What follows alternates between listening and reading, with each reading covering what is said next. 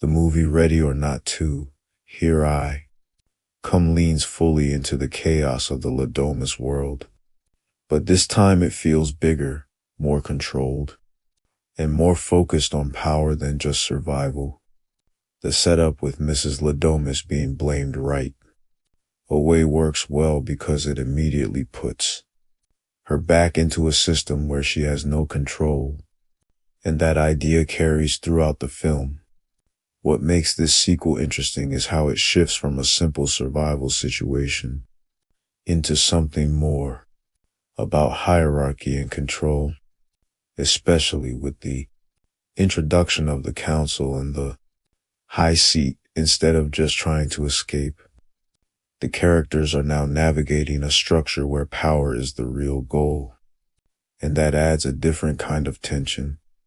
Grace stands out the most because she consistently rejects that system, whether it's refusing the marriage offer or ultimately turning down the power at the end, which reinforces her character as someone who refuses to be corrupted by what the family represents.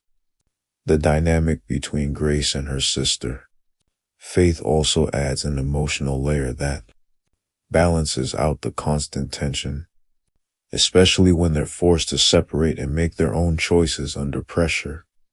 Characters like Titus and Ursula highlight how unstable the system really is, since even within the family there's no loyalty, only ambition. The moment where everything comes together at the wedding is where the movie is at its strongest, bringing the themes full circle by showing that the same rules the family uses can be turned against them.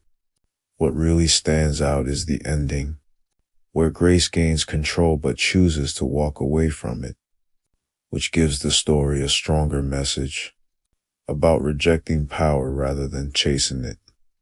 Overall, the movie is very entertaining and keeps you engaged the entire time, with solid performances and a fast pace, even if it doesn't dive super deep into its themes, which is why it lands at about a 7.7 out of 10.